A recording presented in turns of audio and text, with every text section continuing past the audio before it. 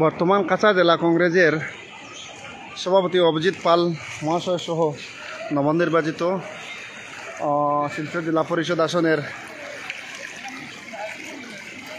সদস্য শ্রীযুক্ত নুর ইসলাম ভাই সহ অন্যান্যরা এই মুহূর্তে বদরপুর মাসিমপুর জিপিতে বন্যায় প্লাবিত হওয়া জনগণের খবরাখবর নিতে এসেছেন। তাই আমরা সরাসরি ইতিমধ্যে কাছা জেলা কংগ্রেসের সভাপতি অভিজিৎ পাল মহাশয়কে আমরা কিছু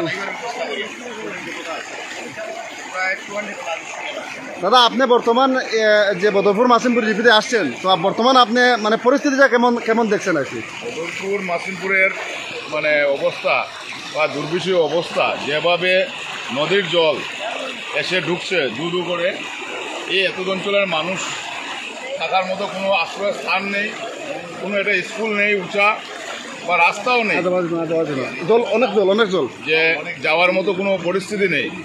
মানুষ কোথায় গিয়ে আশ্রয় নেবে, এবং সঙ্গে পশু গরু ছাগল নিয়ে মানুষ এইভাবে হাহাকার করছে, থাকার মতো কোনো ব্যবস্থা নেই। আমরা এইমাত্র দেখলাম নবনিযুক্ত জেলা পরিষদ সদস্য আছেন, সূর্যকান্ত সরকার মহাশয় আছেন। আমরা ইতিমধ্যে সার্কেল অফিসের সাথে কথা বলেছি, যাতে মানুষকে আশ্রয় দেওয়ার মতো ব্যবস্থা করা যায় এবং পর্যাপ্ত পরিমাণে যাতে ত্রাণ সামগ্রী ব্যবস্থা করা যায়, পশু খাদ্যের জন্য ব্যবস্থা করা হয়। তো বর্তমান আপনি দেখতে পাচ্ছেন যে আশেপাশের এই যে লোকগুলা বর্তমান কোনো আশ্রয় নেওয়ার মতো কোনো স্থান নেই আমাদের এখানে। সেই ব্যাপার নিয়ে আপনি কি বলবেন? এটাই খুব চিন্তার ব্যাপার যে মানুষ কোথায় গিয়ে আশ্রয় নেবে। আর বর্তমান আপনি যে জায়গায় আছেন সেই জায়গার পানির স্রোতটা আপনি দেখতে পাচ্ছেন। আরও সামনের দিকে যদি আমরা যাই তাহলে অনেক হাইট আছে, জল মিনিমাম 4 থেকে 4.5 ফুট 5 ফুট হয়ে যাবে। নদীর জল ঢুকছে বর্তমান অঞ্চলের মানুষকে অনুরোধ করবো যাতে বাচ্চাদেরকে নিরাপদ স্থানে নেওয়ার মতো ব্যবস্থা করেন, যাতে বাচ্চারা যাতে সেফে থাকে, যাতে যেভাবে নদীর জলের স্পিড যাতে কোনো ধরনের কোনো দুর্ঘটনা না হয়। এবং আমি জেলাশাসনের সাথে কথা বলবো যে ওনারা যেন এসডিআরএফের ব্যবস্থা করেন এই জায়গাতে, এই জায়গাতে এসডিআরএফের প্রয়োজন, যে অনেক ঘরের মধ্যে বন্দী অবস্থায় আছেন, এদেরকে যাতে অতি সত্ত্বর উদ্ধার করা হয়।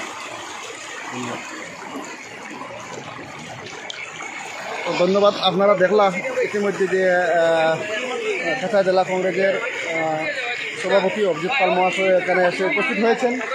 তৎসঙ্গে ওনার সাথে শিলচর জেলা পরিষদ আসনের একমাত্র সদস্য নুর ইসলাম বড়ভূইয়া মহাশয় সহ সূর্যকান্ত সরকার এখানে এসে উপস্থিত হয়েছেন। তো ওনারা বদরপুর মাসিমপুর পরিদর্শন করে যে যতটুকু জায়গা দেখেছেন, সত্যি ওনারা নিজে আমাদের জেলা প্রশাসনের কাছে দ্বারস্থ হবে। সেই জেলা প্রশাসনের দ্বারস্থ হয়ে ওনারা আমাদেরকে এই জিপিতে বর্তমান ত্রাণ বিতরণের একটা চিন্তাধারা করছেন। সেই কথা নিয়ে পেজের পক্ষ থেকে ওনাদেরকে আমরা অশেষ ধন্যবাদ জানিয়ে আমাদের লাইভটা এখানে শেষ করছি। ধন্যবাদ।